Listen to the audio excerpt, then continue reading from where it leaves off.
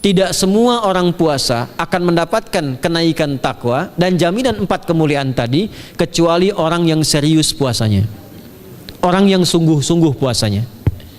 Karena itulah, untuk menunjukkan kesungguhan itu, bagian terakhir kita, Nabi memberikan 3 amalan utama. Saya akan bacakan dengan cepat 3 amalan utama yang dikuatkan oleh beliau kepada para sahabat sebelum tiba Ramadan, dan sampai sekarang menjadi kurikulum Ramadan Nabi. Jadi kalau ibu bapak ingin mengeluarkan kurikulum Ramadan Nabi, nanti bikin agenda saat Ramadan, ya, supaya nggak pusing nanti kalau masuk hari pertama apa yang dikerjakan, hari kedua apa yang dikerjakan, subuh apa, siang apa, sore apa. Cuman nanti saya berikan 3 yang pokok ini. Ada 3. 1, meningkatkan sholat. Saya ulang ya, meningkatkan apa? Sholat. Kalau meningkat secara singkatnya berarti bertambah dari yang sekedar fardu, tambah dengan apa? Sunnah. Maka dari sekarang keluarkan semua jenis sholat-sholat sunnah. Keluarkan dari sekarang apa saja, siang dan malamnya. Yang rawatib, ada berapa rawatib? Rawatib 12. Ya, rawatib itu yang melekat dengan sholat fardu dan menentukan untuk memperbaiki sholat fardu. Menambah, jadi kalau kurang khusyuk ditambah dengan sunnahnya disebut rawatib. Bisa sebelum, bisa setelah sholat fardu. Ada 12 dari hadis Nabi SAW. Man shalla isnatai asyrata rak'atan, siapa yang sholat 12 rakaat fi yaumin wa lailatin, yang mengiringi sholat fardu siang dan malam, ya, bunyalahu bihinna baitun fil jannah, maka akan dibangunkan baginya satu rumah di surga kalau konsisten menunaikan 12 itu sampai meninggal dunia. Sahabat yang mendengar itu mengatakan kompak semuanya, sejak mendengar hadis itu kami usahakan istiqomah sampai meninggal tidak meninggalkannya. 12 itu 2 sebelum subuh, cepat. 4 sebelum zuhur, 2 setelah zuhur, 2 setelah maghrib, 2 setelah isya. 2 rakaat sebelum subuh, 4 rakaat sebelum zuhur. Kalau nggak bisa 4 rakaat karena terbatas waktunya, boleh 2 rakaat khusus untuk sebelum zuhur. Kalau nggak bisa 4, boleh berapa? 2. Dalilnya hadis Ibnu Umar radhiyallahu taala anhuma. Kata beliau, hafidtu asyra rakaatin, saya hafal 10 rakaat dari Nabi sallallahu alaihi wasallam salat sunnah. Maka menyebutkan sebelum zuhur 2 rakaat. Baik, jadi 12 ya, 2 sebelum subuh, 4 sebelum zuhur, 2 setelah zuhur, 2 setelah maghrib, 2 setelah isya. Ini yang disebut dengan rawatib. Jamak dari kata ratib. Di luar ini mutlak. Mutlak ini ada yang berdampingan dengan salat fardu, ada yang terpisah. Contoh yang berdampingan, 4 rakaat sebelum asar. 4 rakaat ini bukan disebut rawatib, tapi salat mutlak. Cuma waktunya berdampingan dengan salat fardu. Jadi dia nggak memengaruhi sholat fardu, cuma punya keutamaan sendiri. Apa keutamaannya? Hadis Ibnu Umar radhiyallahu taala anhuma, ketika beliau menyampaikan qala Nabi sallallahu alaihi wasallam, rahimallahu ra'an shalla qabla al-asri arba'an. Allah akan menambahkan rahmat pada orang yang terbiasa sholat 4 rakaat sunnah sebelum sholat asar. Jelas ya? Baik. Kemudian apalagi setelah itu? Sholat di antara 2 adzan dan 2 adzan ini, adzan dan iqamah. Ya, di antara adzan dan iqamah. Tahiyatul masjid. Apalagi misalnya salat duha. Duha dibagi 3. Awal duha itu kurang lebih 1,5 jam setelah salat subuh.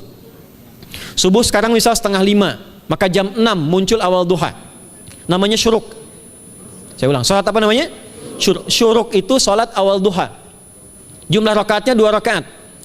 Man shalal ghadata fil jama'ati thumma yaqudu yadhkurullah subhanahu wa ta'ala fa yusalli rak'ataini fakana alaihi ka ajri umratin wa hajjin, ya ka ajri ummatin wa hajjin tamatan. Siapa yang salat subuh 2 rakaat dengan berjamaah, ya, dan umumnya kalau berjamaah bisa ke masjid di masjid.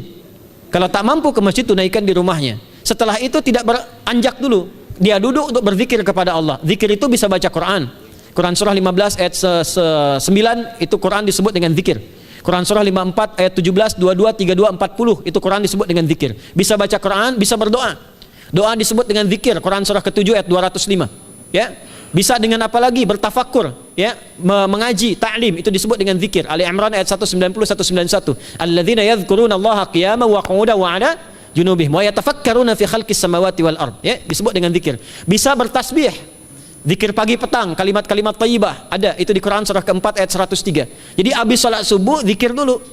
Doa dulu, zikir dulu, belajar dulu, tafsir dulu. Setelah itu muncul syuruk. Perjalanannya disebut isyraq, melewati masyrik, 1 tombak bayangan, dia salat 2 rakaat, itu pahala salatnya senilai haji dan umrah. Sempurna. Bukan sudah haji, bukan. Mau kemana? Ibu mau haji dulu? Tidak. Ya, hajinya nanti bulan Dzulhijjah. Tapi senilai haji dan umrah itu 2 rakaat. Awal duha disebut apa? Syuruk. Pertengahan duha sekitar jam 9 jam 10.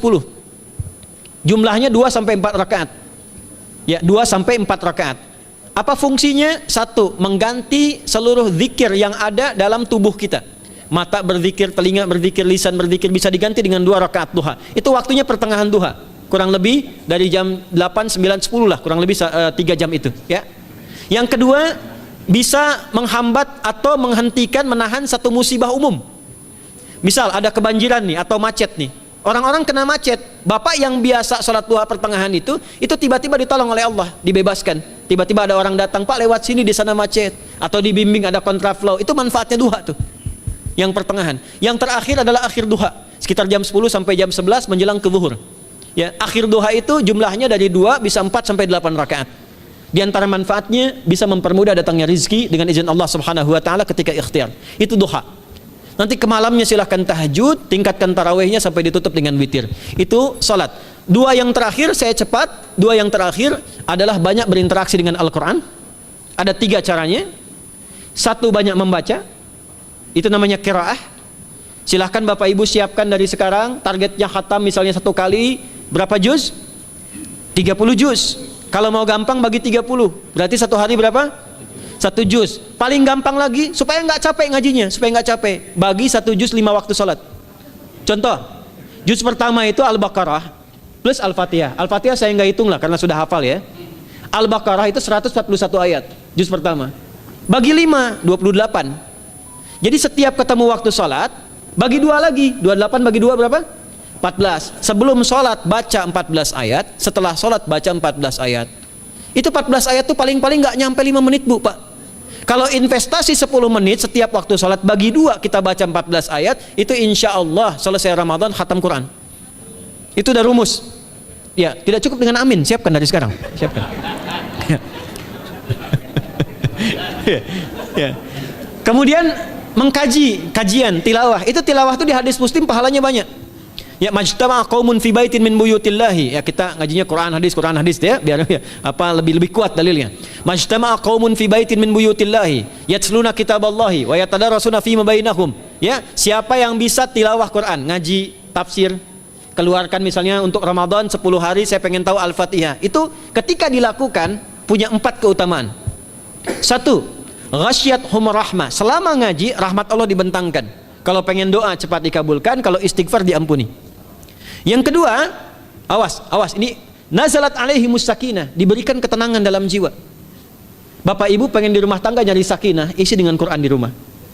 Amalan terakhir infak. Ya, hadisnya dari Ibnu Abbas, Ibnu Abbas radhiyallahu taala anhuma, qala, ya, beliau mengatakan kana Nabi sallallahu alaihi wasallam ajwadan nas wa ajwadu ma yakunu fi Ramadan. Adalah Nabi sallallahu alaihi wasallam itu orang yang sangat luar biasa dermawan dan lembut.